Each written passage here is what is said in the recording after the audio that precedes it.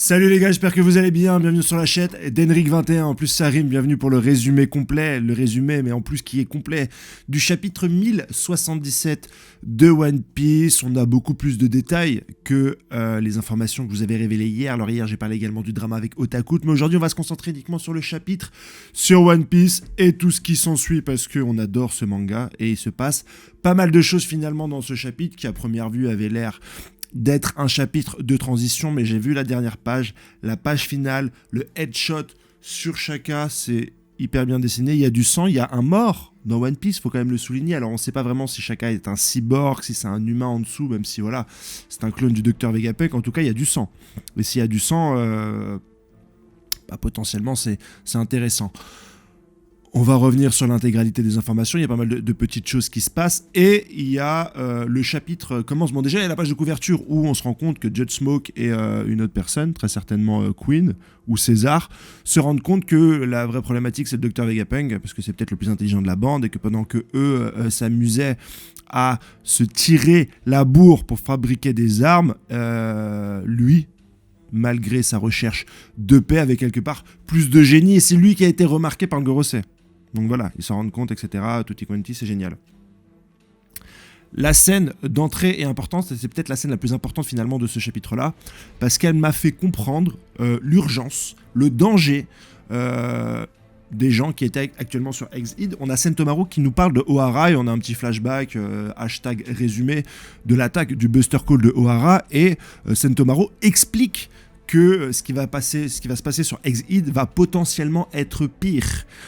Et en y réfléchissant, je me souviens qu'il y a une centaine de bateaux. On n'a pas eu une image avec tous les bateaux, mais on sait qu'il y a une centaine de gros navires de la marine qui sont là pour tout péter, pour tout casser là-dedans dans Exide. Et on se dit, waouh! Si on se souvient d'Ohara, c'était quand même un sacré bordel. Si on se souvient de Enies Lobby, c'était quand même un sacré bordel.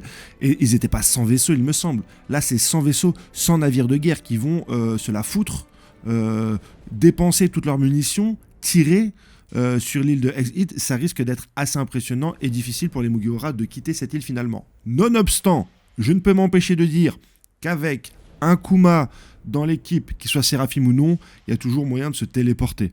Je dis Kuma, je dis invention du Dr Vegapunk qui permettrait au vaisseau peut-être de s'envoler. S'envoler où? Peut-être vers l'espace, pour faire un arc sur la Lune, ça serait intéressant, surtout qu'on va parler de la Lune dans ce chapitre et que c'est aussi intéressant. Mais voilà, il y a d'un côté une grosse menace et je veux bien l'identifier et je commence à la prendre en compte.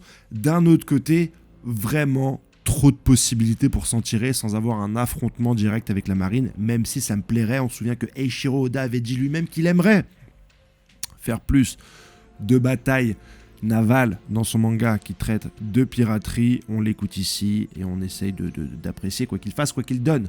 La deuxième partie du chapitre va se focus sur cet incroyable quatuor que forment Zoro, Luffy, Lutzi, Kaku, qui se battent contre des Séraphim et qui ont du mal à gagner, à les vaincre, même s'ils sont plus puissants, on les a vus, hein, ils arrivent à les projeter d'un mur à un autre. Voilà, au bout d'un moment, il faut quand même porter le coup final sur ces bestioles. Luffy utilise son King Kong Gun, Zoro son Chichichon, voilà, des grosses techniques que vous kiffez tous, hein. Et que je ne connais pas. C'est Chichichon, je crois que c'est avec un sabre. Chichichon. Et à King Kong Gun, je crois qu'il est en gear 3 ou 4 ou un truc comme ça. Enfin voilà, des grosses attaques. Ça ne fonctionne pas. Luffy se permet de dire, mais waouh, vous relevez tout le monde, est-ce que vous êtes Kaido? Réponse, non, parce qu'il ne ressemble pas à Kaido. Voilà, c'est dit, c'est comme ça.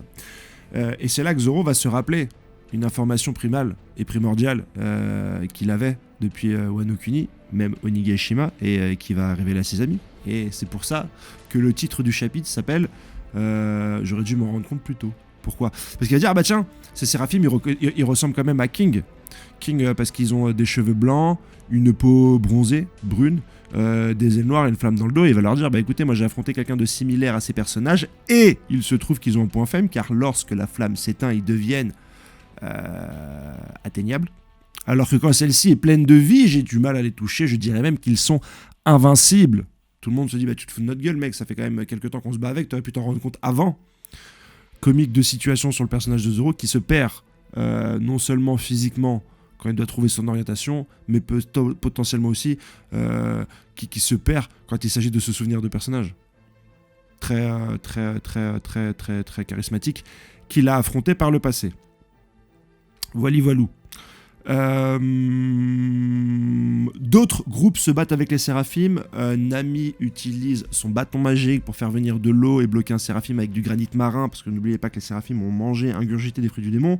La question est, avec cette ingurgitation artificielle, est-ce qu'il reste sensible au granit marin? La réponse est oui. Franky maîtrise S-Snake, mais elle chouine. Donc Franky la libère, donc elle le transforme en pierre. En plus ça rime, c'est génial. Je vais boire un petit peu sur... Ça sort tout seul, je te jure que je l'ai pas écrit. Je te le jure. Lilith se fait transformer en pierre, Usopp se fait transformer en pierre, donc ça va être difficile, surtout qu'il y a le Buster Call, donc là je ressens la pression. Je ressens la pression un peu plus que sur Wano Kuni avec cette histoire de Nigashima qui va tomber sur la capitale des fleurs et des bombes. Là je ressens l'urgence, il va falloir quand même détransformer certains personnages qui sont transformés en pierre. Alors est-ce qu'il faut récupérer les séraphimes? Il faudrait pour détransformer Usopp et Franky, tout en sachant qu'il y a quand même cette armada qui arrive avec Kizaru et Jofer Juan. C'est juste pour dire Jofer Juan que je l'inclus dans cette review. Résumé complet, sinon j'aurais pu m'en passer aisément. Et on a toujours ce fidèle Shaka qui tente de trouver où Stella, ou ce traître qui s'est quand même pointé sur les moniteurs.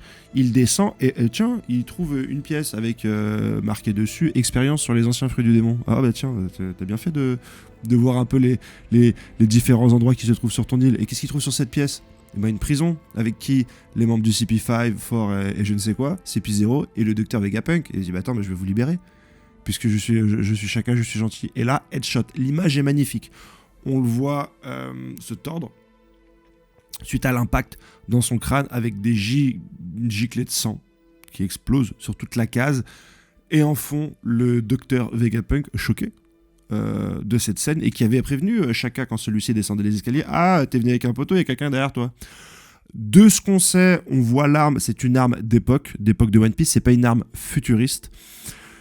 Ce qui me laisse penser que potentiellement ça serait pas un séraphime ultra amélioré, parce que je verrais pas pourquoi celui-ci se sert d'un pistolet. Les séraphimes ont quand même pas mal d'autres façons de se battre. Leur pouvoir de Lunaria. Ah, on apprend. D'ailleurs, j'ai failli le mettre. Les Lunaria viennent de la Lune. Je crois que c'est ce que dit Shaka. C'est un peuple de la Lune. On savait que c'était un peuple de Redline. Jusqu'ici. Là, c'est un peuple de la Lune. On a injecté du sang de Lunaria dans les séraphimes pour les rendre plus puissants, et c'est un peuple de la Lune qui est quand même une grosse révélation dans ce chapitre. Il y a donc un peuple de la Lune, voilà, il s'appelle les Lunarians. Ça se savait peut-être, dites-le moi en commentaire, c'est même pas pour avoir des coms, enfin si, un peu. Mais dites-le moi en commentaire, et abonnez-vous si vous ne le saviez pas, parce que vous venez d'apprendre quelque chose, ça pourrait être sympa, mais voilà, on a cette chose-là. Donc je ne pense pas que ça soit un séraphime, parce que les Lunaria ont pas mal de capacités hautes pour pouvoir tuer quelqu'un. C'est un pistolet d'époque, donc je ne pense pas que ce soit quelqu'un qui soit lié au Dr Vegapunk, puisque lui quand même, le point commun de tous ces personnages, c'est The Future. Et là, il a un pistolet du passé, donc je prie pour un personnage méchant, machiavélique qu'on ne connaît pas. Je ne pense pas que ce soit Xebec non plus, puisqu'il a un flingue. Ça fait du bien de voir un tir de pistolet dans un manga de baston. Ça fait du bien. Ça fait du bien. Tu es sûr? Tu te fais pas gueule? Pourquoi? Bah oui, bah écoute, je suis fan de One Piece. Tu me laisses vivre. Oh. Voilou, je vous laisse découvrir le scan parce qu'il est très bien. Et on se retrouve peut-être demain pour la review du chapitre quand j'aurai la traduction française. Et cette semaine, je me tâte à faire du Jujutsu Kaisen. Une grosse vidéo pour parler bien sûr du chapitre.